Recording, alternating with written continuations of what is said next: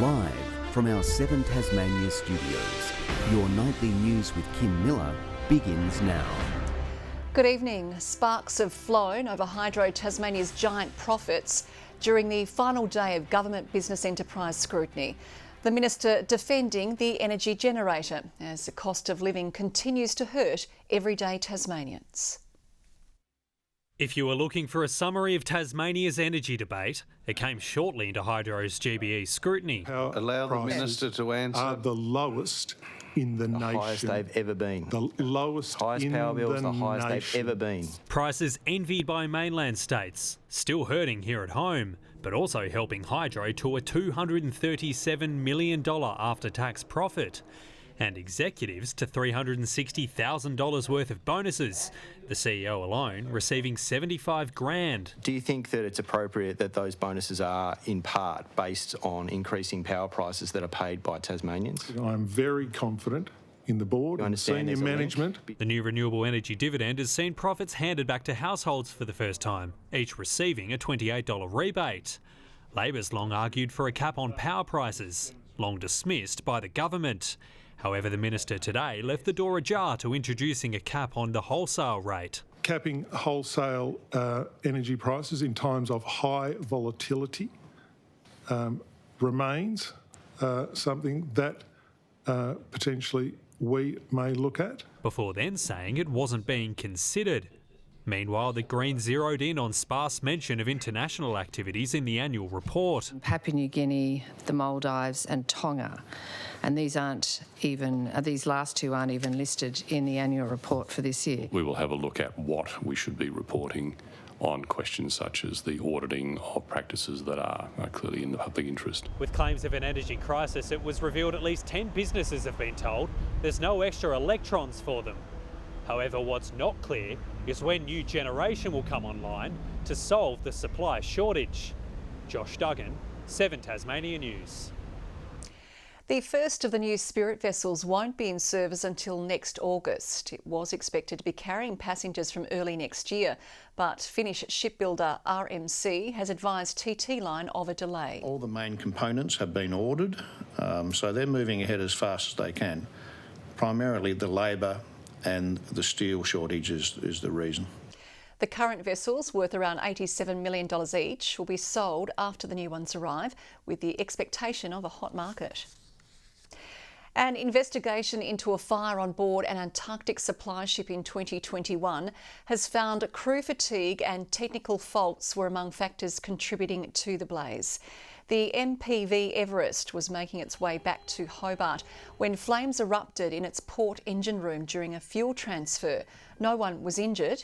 A final report from the Australian Transport Safety Bureau says the chief engineer overseeing the transfer was fatigued and it's likely the fuel overflowed unnoticed. It also found the vessel wasn't adequately manned or prepared for challenges in the Southern Ocean. A new report reveals the plight Tasmania's housing crisis is having on our most vulnerable, women and children. Today, victim survivors led an annual walk to raise awareness about family violence, using pain to promote change. Beneath sunshine, dark stories of family violence have sounded out across Hobart. My ex assaulted me twice. The second time because I froze, which was a trauma response from sexual abuse I experienced as a teenager at the hands of my stepfather. A tragic but relatable reality for too many. 1 woman a week in Australia is killed by a current or former partner. What gets less attention is the violence, abuse, coercive control that women experience on a daily basis behind closed doors. It started with my hair, the constant pulling out of my hairband, his fingers running through my scalp.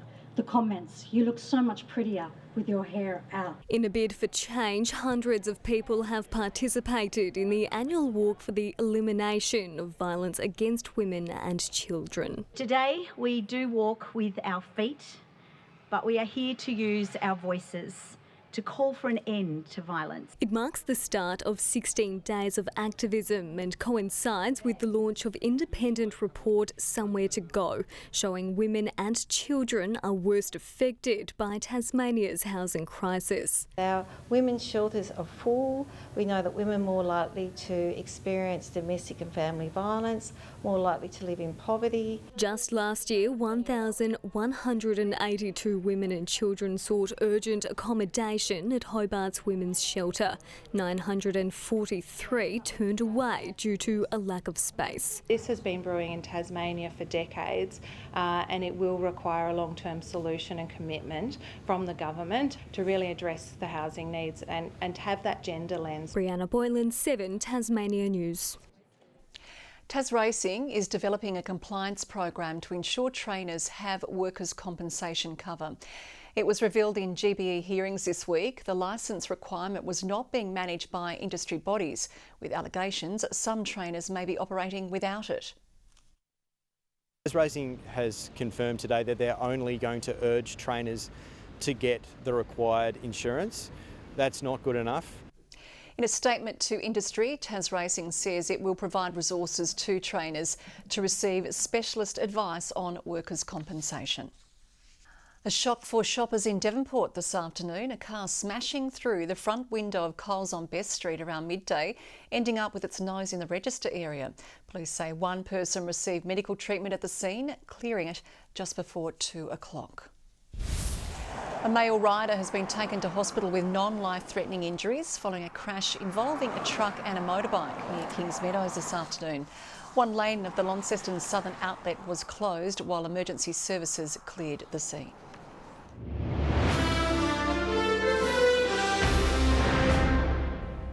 Prep and first year students at the Tam of Valley School have a brand new classroom and outdoor learning space to enjoy.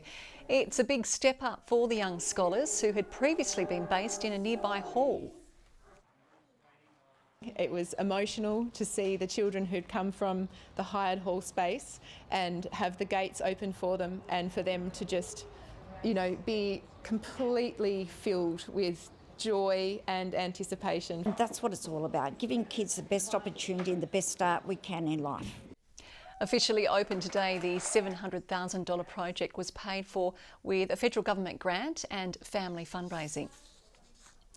The City of Hobart's largest and longest running volunteer initiative has celebrated its 30th birthday. More than 700 green thumbs are involved with the Bush Care program, helping to restore and protect the local environment. But it was Carol Bristow who won the Golden Secateurs Award for 25 years of service. Our planet is incredibly vulnerable at the moment, and any little thing we can do, it's not going to save the world, but it will be it's a positive contribution. Not only do they restore ecosystems, but they also help with reduction of weeds and so forth, which helps with some sort of bushfire mitigation. Other Tasmanians looking to get their hands dirty can register online to join the program. Well, usually playing for crowds of hundreds, it was a far more intimate performance for the Tasmanian Symphony Orchestra today, putting on a private show for residents at Unum's Uniting Age Well.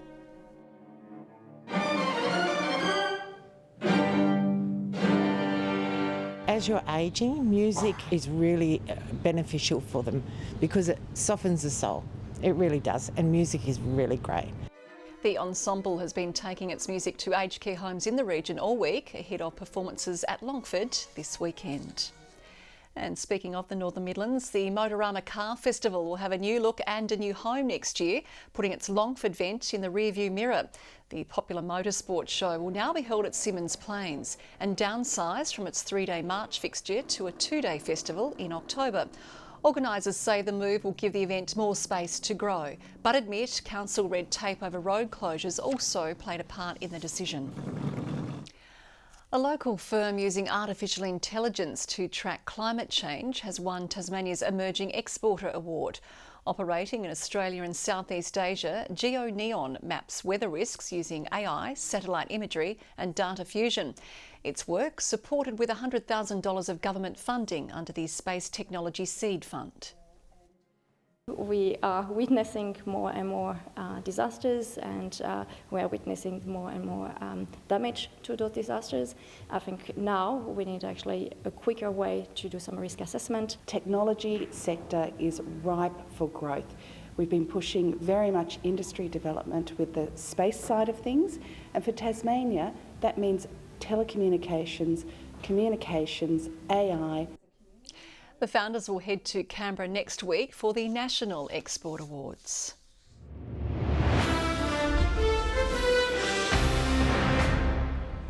I'm sure the Hurricanes are glued to the TV at the moment. After keeping their WBBL finals hopes alive last night, they need a Brisbane Heat loss in a match which is right now going down to the wire. A ton from Lizelle Lee helping set a formidable target last night. Tasmania's bowlers then sealing the deal.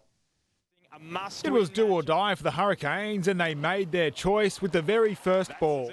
That's the start the home team are after. Melbourne doing far more running in the field than the Tasmanians at the crease. Boundaries the order of the night, with Lizelle Lee in terrifying form. That's massive from Lizelle Lee. The South African swings reverberating around Blunston like gunshots.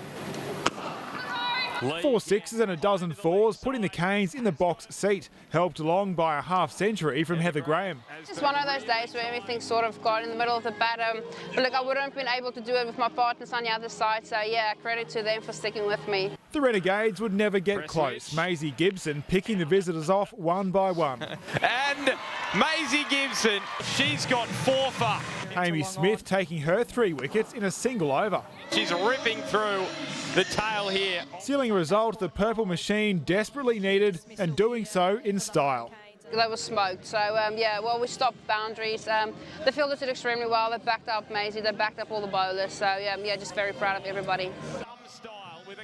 Good evening. Hobart 23 the maximum today. Launceston reached 25, Devonport 21 and Burnie 20. The Derwent Valley knows how to warm up. Bushy Park and Ooze our top today with 29. Campania 27, Butler's Gorge and Grove 25. Flinders Island, Friendly Beaches and Strawnall 23 and King Island 21 degrees. There is a vast area of high cloud that stretched across the state today, but no rainfall was observed or recorded. Don't look too far to the left, there's plenty coming. Convective thunderstorm activity continues over the north and east of the nation, curling back over South Australia. Tomorrow, the complex area of low pressure finds its way to Tasmania, joined to the trough over the mainland. Northeast to easterly winds firstly at 10 to 20 knots. 15 to 25 knots southeasterlies will extend throughout during the afternoon, reaching 30 knots over the south and west. So we do have a strong wind warning that's been issued for waters between Southeast Cape up and around to Stanley. Hobart tomorrow, a top of 21 with showers increasing. 90% or 95% chance of rain for everyone tomorrow. Medina 21 degrees and 20 the top for Oatlands. Launceston, a wet day, showery 25, 21 for Devonport, showers for Lyowini 17 the maximum. Burnie expecting a top of 20 and a possible storm. Showers increasing over Strawn, 21 the maximum and 20 the high for Marrawar with showers. And showers down the east coast. St Helens 23, 21 for Swansea, Orford 20 degrees. Those showers gradually easing during Sunday afternoon after an early thunderstorm over the north. A cooler day on Monday, mostly cloudy along with a shower over the northwest. And on Tuesday a possible shower for King Island, fine and partly cloudy for the remainder of the state. The heat still bearing down on Perth, 39 tomorrow. A shower and 21 in Adelaide. A possible storm for Melbourne, a top of 26. Canberra a storm as well. Showery conditions for Sydney and partly cloudy in Brisbane. Bit of cloud over Hobart, it's 20 at the moment, 22 in Launceston, cloudy in Devonport and 19. And congratulations to you too, Kim, being our staff member that spent more on Black Friday sales than anybody. What do you got? Barbecues, the accessories, kitchen appliances, outdoor equipment and flights to Bali. But I guess the biggest expense for you today was my Christmas present. Stop sharing everything I've spent. I've done nothing to help the inflation situation, have I? But I've had a good time doing it. That is all your news for this Friday. Tomorrow night, a familiar face you may remember returns to the news. Michael Maney is back to present your weekend editions while Louise is away on maternity leave. I'll see you again on Monday. Good night.